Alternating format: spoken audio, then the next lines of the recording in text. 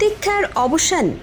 দীর্ঘ 2 দশকের নির্বাচন শেষে দেশে ফিরছেন তারেক রহমান এবং ফিরেই সরাসরি নেতৃত্ব দেবেন আগামী জাতীয় নির্বাচনে। বিএনপি নেতা আমানুল্লাহ আমানের এক ঘোষণায় এখন তুলপাড় বাংলাদেশের রাজনৈতিক অঙ্গন। আমানুল্লাহ আমান স্পষ্ট জানিয়েছেন, অন্তর্বর্তী সরকারের অধীনে 2026 সালের ফেব্রুয়ারিতে যে নির্বাচন অনুষ্ঠিত হবে, সেই নির্বাচনেই দেশে এসে প্রচারণার হাল ধরবেন তারেক রহমান।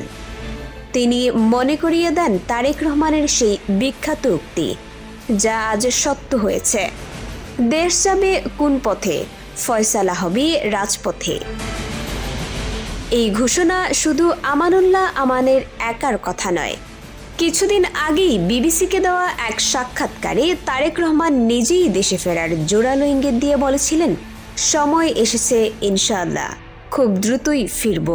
তবে সময় তো চলে এসছে, মনে হয় ইনশাআল্লাহ দ্রুতই ফিরে আসব। আওয়ামী লীগ সরকারের পতনের পর তার বিরুদ্ধে থাকা সব মামলা প্রত্যাহার হওয়ায় দেশে ফিরতে তার আর কোনো আইনি বাধাও থাকছে না। একই সাথে আমানুল্লাহ আমান নির্বাচন বানচালের ষড়যন্ত্রের অভিযোগও তুলেছেন।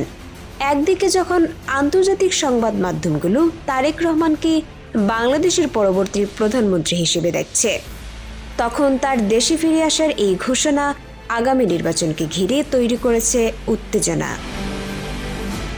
প্রশ্ন একটাই, তারেক রহমানের এই প্রত্যাবর্তনকে বিএনপিকে ক্ষমতায় ফিরিয়ে আনবে? বাংলাদেশের রাজনীতিকে এবার এক নতুন অধ্যায়ের সামনে দাঁড়িয়ে আপনার কি মনে হয়? কমেন্টে আপনার মতামত জানান। এই ধরনের গুরুত্বপূর্ণ আপডেট পেতে আমাদের সঙ্গে থাকুন। বিজিএন টিভি 24 সংবাদ, যেখানে বিশ্বস্ততা সেখানে।